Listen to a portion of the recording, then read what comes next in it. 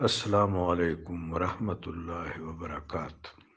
جہاں تک زیور کا تعلق ہے، جب بچی کی مناکحت ہو، نکاح ہو، اس موقع پر سسرال کی طرف سے اور والدین یا اقارب کی طرف سے حسب استطاعت، حسب توفیق اگر اس کو زیورات دیے جائیں تو یہ مستحب امر ہے، لیکن اس میں بھی اعتدال و توازن شرط۔ جتنی بھی مالی معاملات ہیں اس میں دین کا منہاج یہ ہے، علی الموسع قدرہ وعلی المقتر قدرہ، وسعت والے پر اس کی توفیق کے مطابق اور تنگ دست پر اس کی بساط کے مطابق۔ ایک دفعہ حضرت عمر فاروق رضی اللہ تعالی عنہ نے اپنے دور خلافت میں حق مہر کا تعین کرنا چاہا۔ آپ مسجد نبوی شریف میں بات کرنے لگے تھے اور ابھی آپ نے بمشکل تمہید باندھ دی تھی کہ انصار کی ایک بچی کھڑی ہوئی گھٹنوں کے بل، کہ خلیفۃ المسلمین کو تو نظر آ رہی تھی، باقی لوگوں کو نہیں، اور کہا کہ آپ حق مہر کا تعین نہیں کر سکتے۔ آپ نے فرمایا کیوں نہیں کر سکتا ہوں بیٹا؟ تو انہوں نے کہا قرآن عظیم میں ہے کہ اگر کوئی شخص کسی خاتون کو خدا نخواستہ ڈائیورس کرے، اس کی رضاعت کرے، طلاق دے، کنتار سونا بھی اگر دیا ہو تو واپس نہ لے۔ کنتار اس سونے کو کہتے ہیں جو اولی القوہ اونٹنی پر لادا جاتا ہے، یہ منوں کے حساب سے ہوگا۔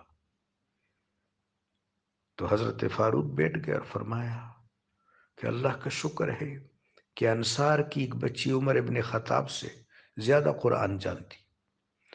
تو اس طرح ایسے موقع پر اگر والدین میں جتنی استطاعت ہے اس کے مطابق زیورات بنا کے دے دیں، سسرال والوں، اس کے شوہر کے قبیلہ کے پاس، خاندان کے پاس، پیرنٹس کے پاس، خود اس کے پاس جو بھی استطاعت ہے وہ دے سکتے، رشتہ دار اور اقارب اصدقاء وہ تحائف دے سکتے، لیکن ان تمام امور میں اسراف نہیں، اسراف ممنوع ہے۔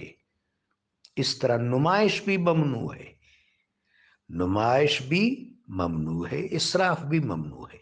اسراف اور نمائش برطرف رکھتے ہوئے اعتدال اور توازن کے ساتھ بچی کی خدمت کی جا سکتی۔ اگلا جو آپ نے فرمایا پتھروں کے بارے میں، معدنیات ہیں، خواہ وہ ہیرا ہو، خواہ وہ کوئی اور چیز ہو، عقیق ہو، فیروزہ ہو، جتنی بھی سٹونز ہیں، ان کو انگوٹھی میں چاندی کی، مرد کے لیے چاندی کی انگوٹھی میں ان پریشیس سٹونز کو، ان پتھروں کو نگینہ بنایا جا سکتا ہے، نگینہ بنایا جا سکتا ہے۔ مرد کے لیے چاندی کی انگوٹھی، اس طرح خواتین سونے کی انگوٹھی میں نگینہ بنا سکتی ہیں ان پتھروں کا۔ ہاں، ایک بات ہے کہ زمین کے تمام اجسام پر عالم بالا سے اثرات مترتب ہوتے ہیں۔ مثلا ہم درخت کے سائے میں لیٹتے ہیں تو درخت کے پتے سورج کی تمازت کو سہ لیتے ہیں اور لیٹے ہوئے شخص کو تبرید پہنچتی ہے، ٹھنڈک پہنچتی ہے۔ اگر سورج کی روشنی ڈائریکٹ پڑے تو تمازت اور حرارت محسوس ہوتی ہے۔ یہ پتے کا کمال ہے کہ اس نے تمازت کو انجذاب کر دیا اور تبرید ہم تک آنے دی، ایک فلٹر کا کام کیا۔